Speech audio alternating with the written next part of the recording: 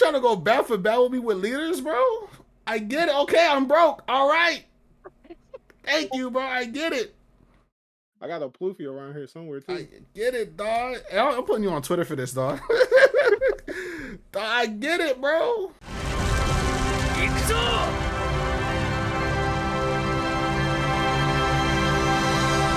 One take Drake. What's up, y'all? Dark Show TCG here, back with another video.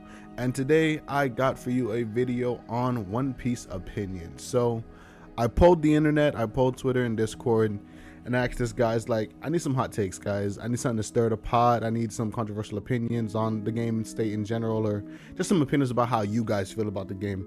One thing I love personally is being able to yap about the game and interact with the community, because I feel like you guys are awesome and I love just talking about things that I am passionate about. So here we are. I'm gonna go to the interwebs. I'm gonna go to the Twitters.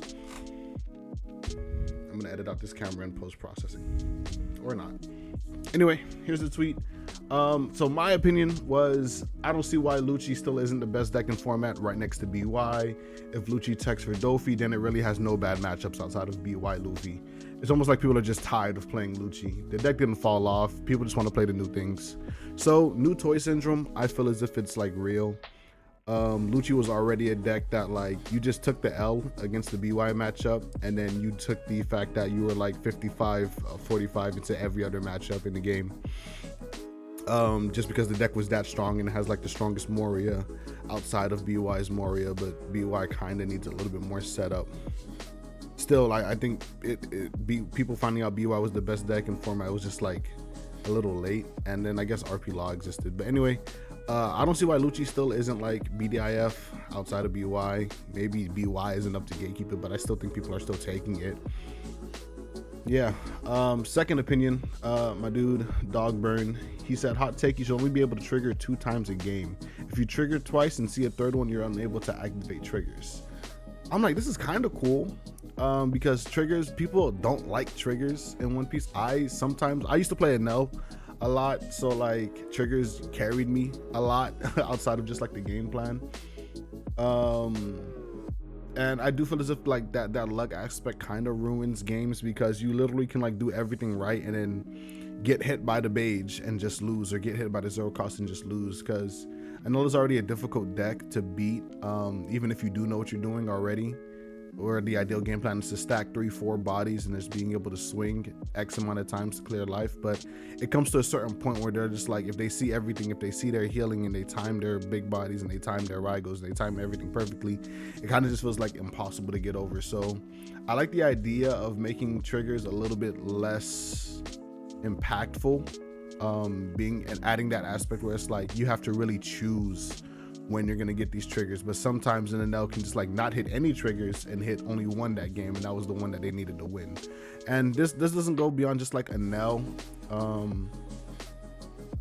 And I said it right here too, where it's like it would really only hurt decks that like Katakuri and stuff like that rely on like trigger bodies throughout the course of the game, since Enel just needs 1 Beige or 0 cost to win the game, you know. And Dogbrain said, yeah, he doesn't really care about Enel. He just doesn't like triggers in general, and he thinks destroying Kata is the worthy sacrifice. And you know what? I agree with you. Let's destroy Katakuri. Banning 10 Mom isn't enough. Let's get that deck out of here. Next opinion from Lucci Main. Hot take: Dofi isn't that good. Most people who just play him just let the deck do its thing and don't actually know how to play the game. And I'm not gonna lie, bro, he's kind of cooking. Whereas like Dofi, almost every deck has that like Unga Bunga playstyle, or almost every aggro deck has that like Unga Bunga playstyle where like the deck will just play itself if you see enough. Zoro, you see event, you see Chopper, you see Chopper, you see event. It just does what it does. Dofi's kind of the same, where if you see like double Jinbei Weevil or double Jinbei Boa, it kind of just does what it does, because a lot of decks have a hard time answering Jinbei Weevil into Jinbei Boa Law, you know. So this is kind of like getting high rolled, but some decks just have stronger high rolls, and I think Dofi is one of those decks that has stronger high rolls. Now don't get me wrong, I've played the mirror, and the Dofi mirror is very skill intensive, but that's one thing I'm starting to realize with these games is just like the mirrors are like the best expression of skill, or like the best skill expression games in a lot of cases. It happened with Sakazuki, it happens with like maybe Lucci, it happens with Gecko, It happens with almost every like popular deck, right? Where you, in the mirror, you have to like, you already know what your game plan is, but you have to adjust it because you know the other person's deck almost inside and out, outside of a few tech choices. But I definitely think the Dofi mirror is very skillful and it's very skill intensive because you have to know when to use your removal law to like bounce himself and when to just leave him on the board for more pressure. That's like one of the key aspects, as well as like timing out your turns with teach and cheating dawn and stuff like that. But that's at like a higher level. At like a base level, against most decks, Dofi sees Dofi go Jinbei, Dofi go Jinbei, Dofi go Weevil, Dofi go Burr, GG's, right? But yeah, I kind of agree here. At a glance, like Dofi can just be like face Jinbei, Weevil, face.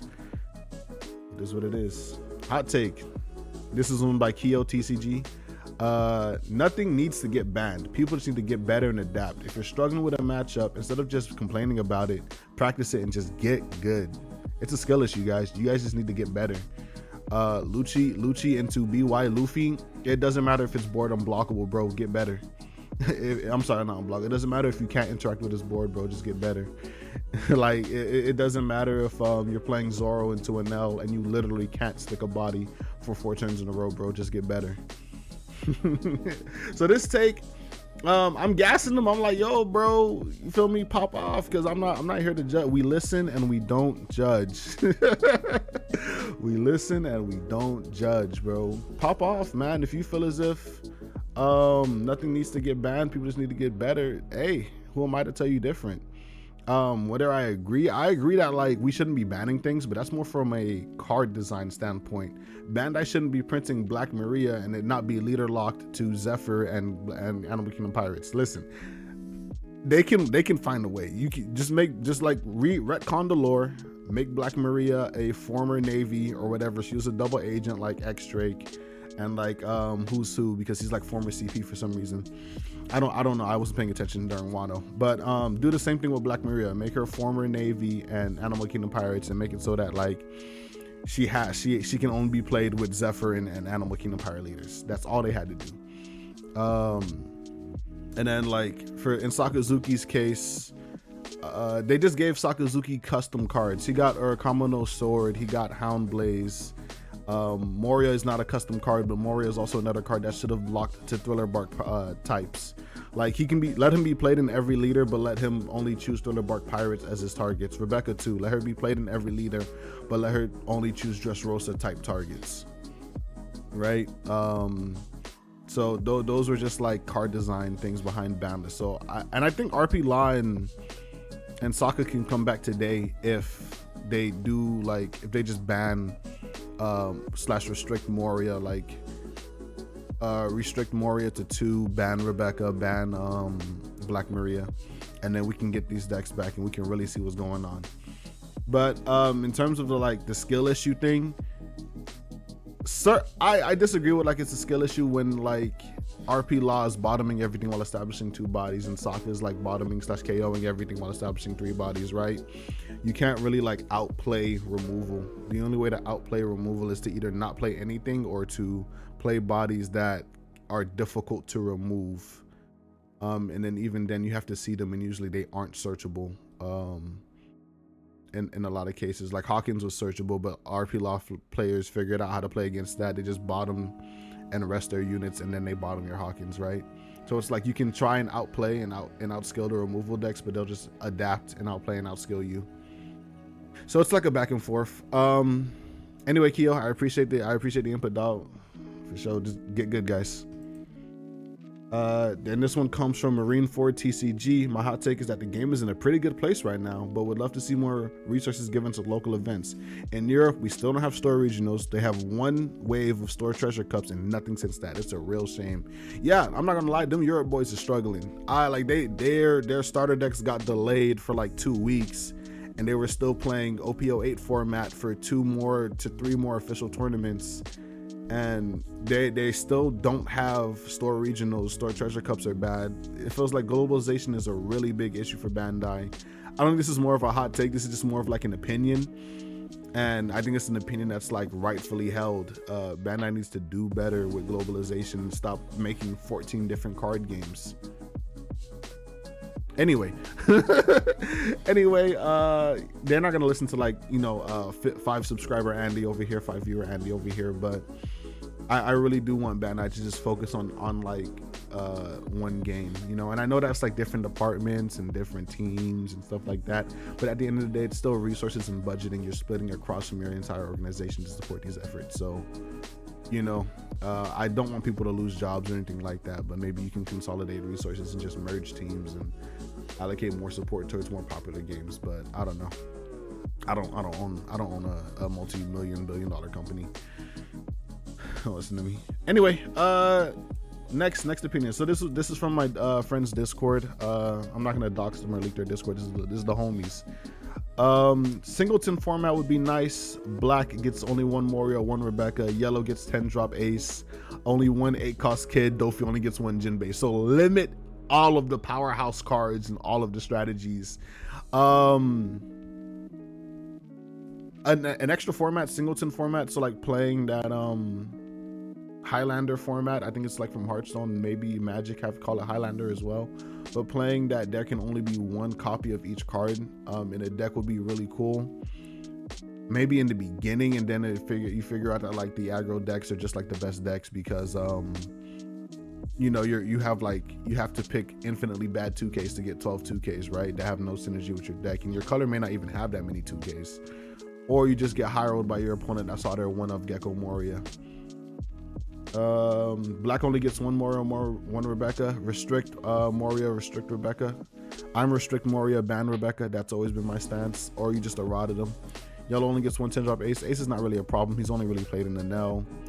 Only 1 ACOS Kid. A lot of green strategies revolve around ACOS Kid. And that this green thing is gonna lead into like the 3rd point if you guys read ahead. Can we see this?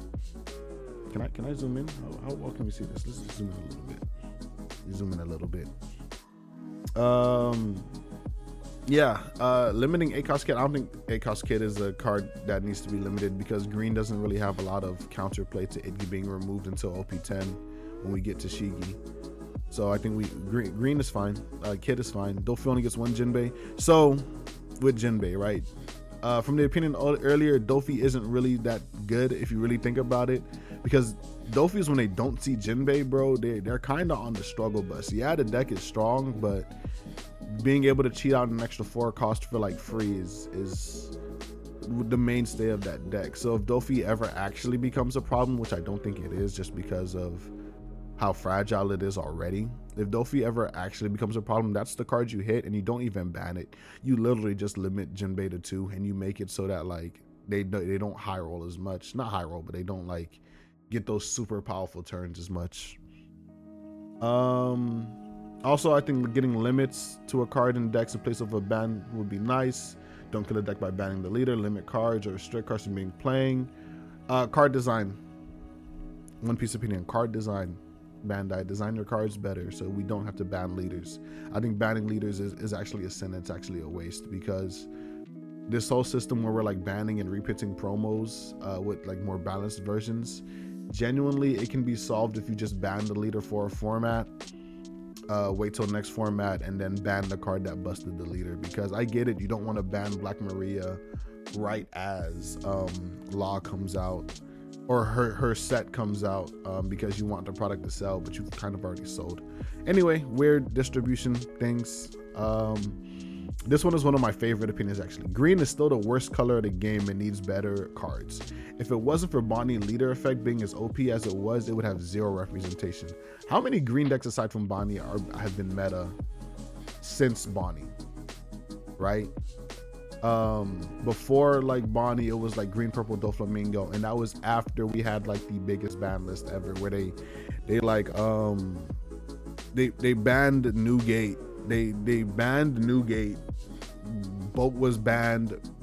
Ninebeard was restricted. Nami was banned.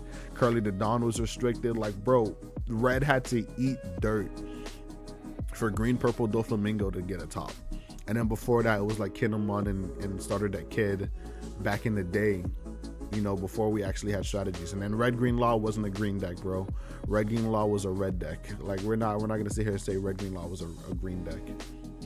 And once again, Bonnie's a 5-life leader. She got custom cards in Hawkins and Cavendish, and her leader ability literally says you get 1 less attack per swing.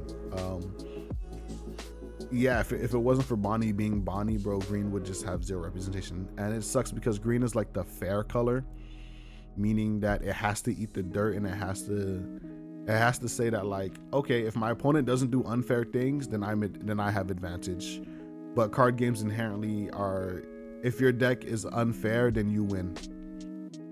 So I think maybe we make green the fair color by making other decks be fair, by just circumventing the mechanics that make them unfair, which they're starting to do with like Hawkins and then Tashigi and OP10. But it just sucks, man. Green just has to eat it, bro, unless you're Bonnie. And I'm kind of excited for Bonnie and OP10, but I'm going to be on Smoker and OP10. I want to be on Smoker and OP10. Hopefully that deck is good. All right, what else we got? Zoom in on this one. This one was kind of spicy. All leaders shouldn't be able to attack. So this slows the game down dramatically. This kind of is an entirely different game because some leaders' abilities are based on attacking. So you kind of got to rework it to like activate main. And then there's no point in having leaders like Yamato with double attack because your leader can't attack. But this kind of had like gave me a reverse thought experiment where it was like, what leaders would be broken if like they can attack, or like how do we rebalance certain leaders? Like what like I don't know. That's another video. I'm rambling. I'm probably gonna cut this, but this is an interesting take. I don't necessarily agree with it because it just makes it like an entirely different game, you know.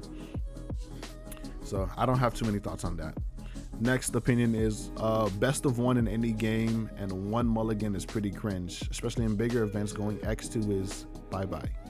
Yeah, basically saying best of 1 sucks and then the mulligan kind of sucks as well. So it's probably a Pokemon player where they get like almost infinite mulligans, and then there's best of 3 where like the infinite mulligans is kind of cool, but it's also like if you don't have a Pokemon on your bench, you literally can't play the game. Whereas One Piece, you're always going to have your leader and then you're always going to get Dawn, right? So it's just a different game thing with the mulligan. So that's why you can argue that.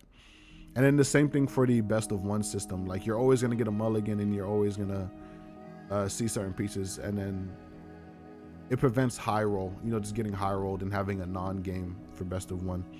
The reason why we have best of 1 right now is because of like the game is popular, the events are huge, and it already takes 8 to 9 hours just to run through a regular bracket. And then day 2's top cut is crazy, and then best of 3 is like 50 minutes, you know.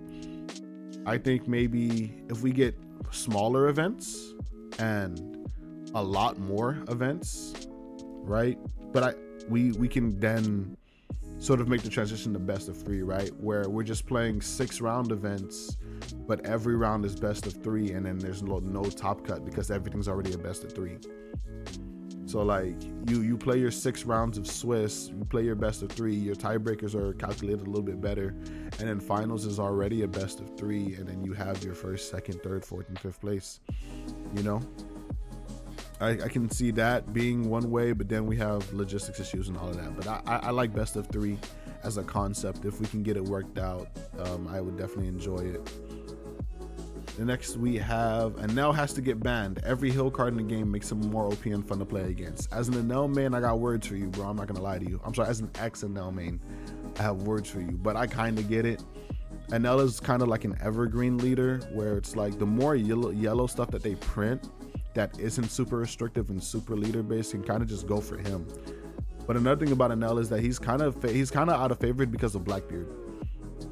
Blackbeard existing invalidates yellow as an entire strategy because every card in yellow is on play. And I had a complaint about yellow that the yellow got everything. Like yellow has like removal, yellow has healing, yellow has resting, yellow has hand filtering, yellow has hand control. And I'm just like, bro, yellow has everything. But now with Blackbeard, yellow has nothing. So I'm like, okay. The second yellow starts getting like activate main, we're kind of going in that same cycle again where we need to power creep it and start just disabling effects entirely. And I don't want to get to that point. All right, last piece of opinions. Last little bit, I'm gonna let y'all go, man. A lot of decks right now only play a small amount of events, typically searchers or cost minus for black decks. Play rounds in ice only in Animal Kingdoms is cool. I want more of that. Yeah, more event-based strategies and more cool events, because like right now the only event-based strategies we have are like blue purple croc and green purple doflamingo, and that's like counter events, you know. And then we're gonna get sugar later, and then I probably missed other leaders, but right now events just feel like they kind of do things, but you really just want characters, because if you are playing events, you're not developing a body, right? Like if Geckomoria was an event, you would still play it, just because resurrecting a 4 and a 2 would still be impactful, but you get an 8-9 on top of that, you know. Imagine in a world where we didn't have Geckomoria and you just spent 8 Dawn to summon a 4-cost unit and a 2-cost unit from your trash, right? Then Rebecca might not be as in favor, because 8 Dawn for 6 Dawn worth of value just doesn't feel good. So I think we need more like event-based strategies and more cards that are centered around events. We haven't really gotten much event synergy outside of like the Baroque Works cards, especially the DOS Bones we got in EB, where he gets plus 1k power for every 3 events in your trash or whatever, which is kind of lame. Burgess, that new Blackbeard Pirate card, gets power for trash in general, you know, the 1k power for every 4 cards in trash. I like the idea of like event-based tokens, like Isonian Playgrounds.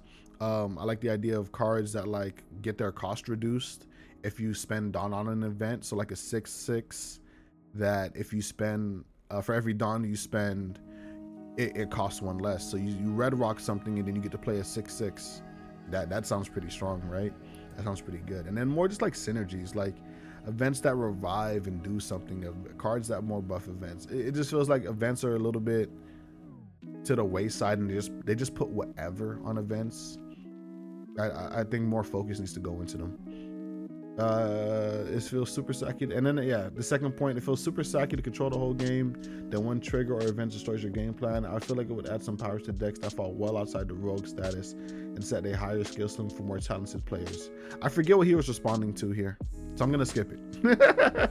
No shade to you, bro. I just do not have the context for that, so I can't remember it. And then this another one of my favorite opinions / hot takes. I think we need rotation. I know people hate rotation in card games, but if their only answer for a problem is to ban leaders, then screw it. Burn the whole format down and give us a new format every 8 months with new structures, and drop actual good reprints in the set instead of 60% filler. Based. Yeah, based, bro. I'm at the state right now where like I have every card and I can play almost every deck. Not every card, but I have a lot of cards for the decks that I'm interested in, and I can just cycle that. And I feel as if rotation would hurt players in that sense. It would also maybe like hurt collectors, but if you have like a legacy format, you know, you can work that out or what have you. With rotation, I like the idea of just like having a core set as well, so we don't need to reprint the same cards over and over. So we can just keep like certain staples and just remove like the super powerful outlier cards, and then that way it'll allow for more design space around these cards, right? So we can keep our red rocks in the game. We can keep our 5-cost Sabo blockers in the game. We can keep our 9-cost Yamatos. Just take a few staple cards from each color, keep those in the game. And another thing with rotation, I think we should keep leaders evergreen and keep printing support and strategies, and then just like remove certain cards, you know? The same thing that they do in Pokemon, because like Boss's Orders has always existed. Ultra Ball has always existed. So we just kind of follow that similar pattern. But yeah, that's gonna pretty much do it from me here. I hope you guys like this video. My One Piece opinions video. Let me know some more opinions you guys got in the comments. You know, maybe we'll do a part 2 and we'll read these YouTube comments and we'll see how you guys feel. I love yapping about this game, and I love when you guys yap with me about this game. So if you guys can, please, you know, like, comment, subscribe, share the video, do all of that stuff. And peace out, guys.